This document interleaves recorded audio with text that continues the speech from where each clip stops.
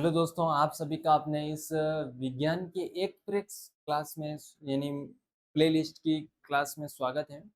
और आपको पता है कि अपन ने अ, भौतिकी एवं रासायनिक परिवर्तन को अपन ने एक ही क्लास के माध्यम से उसका अध्ययन कर लिया था अच्छे तरीके के माध्यम से। अब अपन जो बात करने वाले हैं यानी अम्ल और क्षार लवण, इसकी एक क्लास पार्ट 1 हो चुका है। और आज अपन जो बात कर रहे हैं पार्ट 2 का। कौन सा पार्ट 2 की बात कर रहे हैं? दूसरे पार्ट की बात कर रहे हैं। मैं पार्ट की बात करूँ तो पार्ट आज जो अपन पढ़ रहे हैं इसका दूसरा पढ़ रहे हैं। 1 अपन ने पढ़ लिया। उसको जिसने नहीं पढ़ा है वो एक बार इस यूट्यूब चैनल के अंदर पार्ट 1 उसमें लिखा हुआ होगा, उस पर जाकर आप एक बार देख लीजिए ताकि आपको समझ में आ जाएगा उसमें क्या था कि उसने क्या की। तभी तो आपको ये सूचक समझ में आएंगे, तभी तो आपको ये सूचक समझ में आएंगे। तो मैं बात करता हूँ कि सूचक क्या होते हैं, क्योंकि किसी भी चीज कोई भी शब्द होता है ना, उसकी परिभाषा उसका अर्थ जानना बहुत जरूरी होता है। सूचक क्या, इसमें क्या कहा है? सूचक। और अपन अगर सूचक की बात करें, सूचक की बात करें तो सूचक में अगर अपन देखें, किसको देखें? सूचक। और सूचक में अपन देखते हैं कि सूचक वे पदार्थ है, कौन से हैं? वे पदार्थ जो अम्ल क्षार की पहचान कराते हैं। सूचक क्या होते हैं? किसी मतलब किसी की भी पहचान कराना। अम्ल किसकी पहचान कराना? अम्ल और क्षार की पहचान कराना, उसी को अपन सूचक कहते हैं। तो सूचक की परिभाषा क्या हो जाएगी कि वे पदार्थ, सूचक होते हैं वे पदार्थ, वे पदार्थ जो अम्ल व क्षार की पहचान कराते हैं। क्या कराते हैं? पहचान कराते कराते हैं, उसे सूचक कहते हैं। तो बात को समझना, सूचक उसे कहेंगे। अब बात को समझना, लिटमस पेपर, जो लिटमस पेपर होता है सबसे आम सूचक होता है। तो आपको पूछ ले कि सबसे आम सूचक कौन सा होता है, कि सबसे क्वेश्चन आएगा सबसे आम सूचक कौन सा होगा, तो आपको लिटमस पेपर पर। अब बात करते हैं अम्ल में। अम्ल होता है, अम्ल में नीला लिटमस होता है। अम्ल नीले लिटमस को लाल कर देता है, यही तो अपनी उसकी पहचान है। जो नीला लिटमस होता है उसमें उसको अपन लाल कर देते हैं, इसका मतलब वो अम्ल के अंतर्गत आता है। क्षार क्या करता है? लाल लिटमस, लाल लिटमस को नीला कर देता है, इसीलिए तो क्षार और अम्ल में अपन पहचान कर सकते हैं, इसीलिए तो इसका ये सूचक है। हल्दी, हल्दी क्षार में लाल हो जाती है। हल्दी है ना, हल्दी अगर अपन क्षार के अंदर इंक्लूड करते हैं तो वो कैसी हो जाती है? लाल हो जाती है। तो यही तो अपन को बता रहा है इसका मतलब, ठीक है। फिनोल्फ्लेथिन क्षार में गुलाबी होती है, कैसी होती है? तो ये फिनोल्फ्लेथिलीन जो होता है ये क्षार में कैसा होता है? तो गुलाबी होता है, ये बात आपको याद रखना है, यानी पिंक, पिंक होता है। मी मिथाइल ऑरेंज, मिथाइल ऑरेंज की बात करो तो अम्ल में लाल होता है। तो ये बात समझ में आ गई ना, अम्ल में लाल ये होता है, क्षार में गुलाबी फिनोल्फ्लेथिन होता है। तो ये बात आपको समझनी है कि यहाँ से क्वेश्चन बनने की 100% संभावना है। बात समझ में आ चुकी है। आगे अपन चलते हैं और आगे भी होकर अपन देखते हैं कि आगे अपन देखते हैं कि उदासीनी अभिक्रिया क्या होती है। उदासीनी अभिक्रिया ये होते हैं कि वह रासायनिक अभिक्रिया, वह रासायनिक अभिक्रिया जो अम्ल के साथ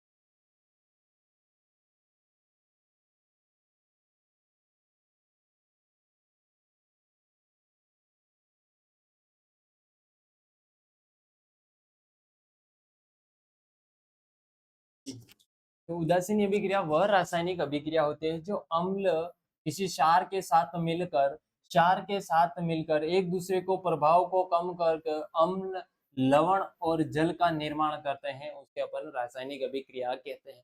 यानी समझना, वह रासायनिक अभिक्रिया जो अम्ल किसी क्षार के साथ मिल जाता है और एक दूसरे के प्रभाव को कम कर लेते हैं, एक दूसरे के प्रभाव को कम करने के बाद लवण और जल का निर्माण करते हैं, उसे अपन उदासीनी अभिक्रिया कहते हैं।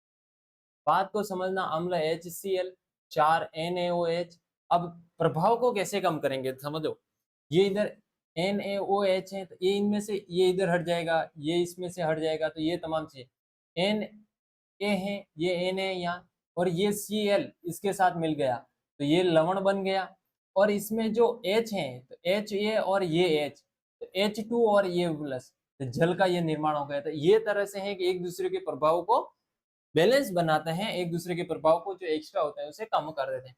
इसमें अम्ल और क्षार एक दूसरे को कैंसिल कर देते हैं, बिल्कुल सही है कि ये आप जैसे एग्जांपल में देख, इसमें लवण और पानी बनता है। इसमें क्या बनता है? लवण और पानी बनता है।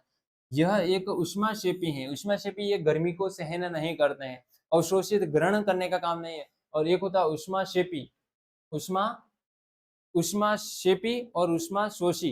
उष्माशोषी का मतलब होता है कि वो तापमान को ग्रहण करते हैं, गर्मी को सहन करते हैं, जबकि इस ग्रहण नहीं करते। उदाहरण में पेट में एसिडिटी, ठीक है, क्षार लेते हैं। ये आपको ये ऊपर हमें समझा दिया था। आगे चलते हैं, आगे अपन देखते हैं कि लवण साल्ट और उनके प्रकार। लवण अम्ल और क्षार से अभिक्रिया बनते हैं। लवण होते हैं, लवण क्या करते हैं? अम्ल अम्ल और क्षार से अभिक्रिया करके लवण का निर्माण करते हैं। और उनके प्रकार को NaCl सबसे आम लवण होता है। सबसे आम लवण कौन होता है? नमक। कौन होता है सबसे आम लवण? कौन सा होता है? नमक, NaCl। प्रबल अम्ल प्लस प्रबल क्षार मिल जाते हैं, दोनों अभिक्रिया कर लेते हैं तो उदासीन लवण का निर्माण होता है। ये बात आपको याद रखना है, उदासीन अभिक्रिया का निर्माण होता है। ठीक है, किसका होता है? उदासीन अभिलवण का। प्रबल अम्ल और दुर्बल क्षार, प्रबल अम्ल और दुर्बल क्षार मिलते हैं तो ये किसका निर्माण करते हैं? प्रबल जहां आ रहा है, इसका प्रबल के साथ जिसका निर्माण देखिए आपको यहाँ पर प्रबल अम्ल और प्रबल क्षार देखिए तो वहां उदासीन लगा देना है। और प्रबल जहां इसके साथ देखिए अम्ल के साथ, तो अम्ल वहां अम्लीय लवण हो जाएगा। और दुर्बल अम्ल और प्रबल क्षार, यानी ये कौन सा हो जाएगा? प्रबल है ना, तो प्रबल के साथ क्षारीय लवण हो जाता है। बेकिंग सोडा, बेकिंग सोडा का मतलब NaHCO3 होता है। क्या होता है? NaHCO3। तो उसमें क्या हो जाए? अरे कुमाराम जी, मेरे को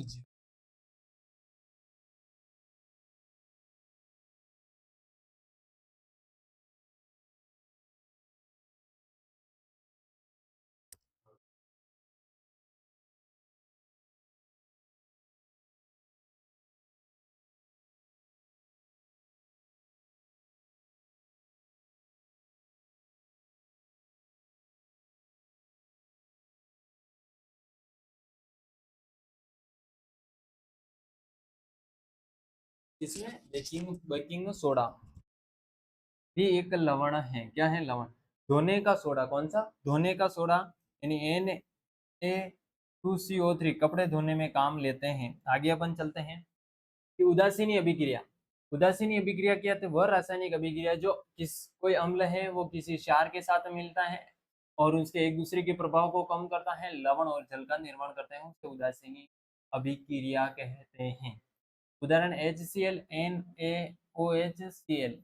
इसमें ऊष्मा निकलती है। क्या निकलती है? ऊष्मा निकलती है। पेट में अम्लता होने पर एंटासिडिक लेते हैं। यह भी पेट में अगर अम्लता होने पर क्या लेते हैं? क्षार लेते हैं। बिल्कुल सही बात है। यह भी उदासीनी अभिक्रिया का एक उदाहरण है। याद रखने, अम्ल प्लस क्षार लवण प्लस जल का निर्माण करते हैं।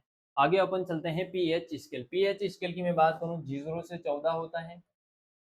0 से 7 तक जो होता है, 7 यानी समझो 7 से भी कम, किससे? 7 से भी कम तो वह तो हो जाएगा अम्लीय, अम्लीय। और 7 से अधिक होगा वह हो जाएगा क्षारीय। और फिक्स जो 7 है उसे उदासीन कहा जाएगा।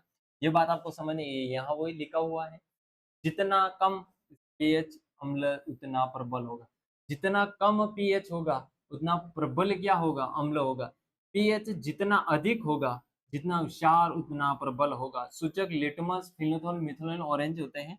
याद रखने वाली बात यही है। दैनिक जीवन में यूज सिरका जो होता है, सिरका अम्ल, वो अचार बनाने में काम होता है। तो अचार बनाने में कौन सा अम्ल होता है? तो सिरका अम्ल का यूज किया जाता है। आगे बात करते हैं बेकिंग सोडा। बेकिंग सोडा क्या, खाना बनाने में कौन से सोडे का यूज, क्षार का यूज होता था? Baking soda. पानी साफ करने में बेकिंग पाउडर का होता है। हड्डी जोड़ने में प्लास्टर ऑफ पेरिस होता है। साबुन बनाने में मैं बात करूँ, कास्टिक सोडा की होती है। शौचालय साफ करने में HCl का काम करते हैं। दीवारों पर पुताई में चूना का। ठीक है, आगे चलते हैं। और इसमें ये अपन ने देख लिया था, ये आपको अच्छे तरीके के अम्ल होता है वह खट्टा होता है। हाइड्रोजन आयन देते हैं। नीले लिटमस को लाल में परिवर्तित करते थे। क्षार हमेशा कड़वे होते हैं, चिकने भी होते हैं, ये भी मैंने जैसे साबुन इंक्लूड। और हाइड्रो ऑक्साइड आयरन देते हैं और लाल लिटमस को नीला कर देते हैं। लवण होते हैं, अम्ल प्लस क्षार से की अभिक्रियाओं से बनते हैं। कौन बनते हैं? लवण बनते हैं। पीएच स्केल की बात करूँ, 0 से 14 कम होता है उसे अम्लीय कहते हैं, अधिक होता है उसे क्षारीय कहते हैं। जो मध्यम होता है, मध्यम में होता है, एकदम मध्यम में, उसे अपन उदासीन अभिक्रिया कहते हैं। तो ये बात याद रखना है। अम्ल प्लस क्षार लवण का, और जो उदासीन अभिक्रिया वह रासायनिक अभिक्रिया जो कोई अम्ल किसी क्षार के साथ अभिक्रिया करके एक दूसरे के प्रभावों को कम कर देते हैं, लवण और जल का निर्माण करते हैं, उसे उदासीनी अभिक्रिया कहते हैं। प्रबल अम्ल की बात करो, HCl, ये मैंने आपको अच्छे तरीके के। दुर्बल की बात करें तो स्ट्रिक अम्ल हो जाएगा। प्रबल क्षार की मैं बात करूँ, NaOH। दुर्बल की मैं बात करूँ, NaOH। अब MCQ की अपन बात नहीं करेंगे। तो आज की क्लास अपन पार्ट 2 हो गया। आपको ये क्लास बहुत बेहतरीन, बहुत अच्छी लगी होगी। धन्यवाद सो मच।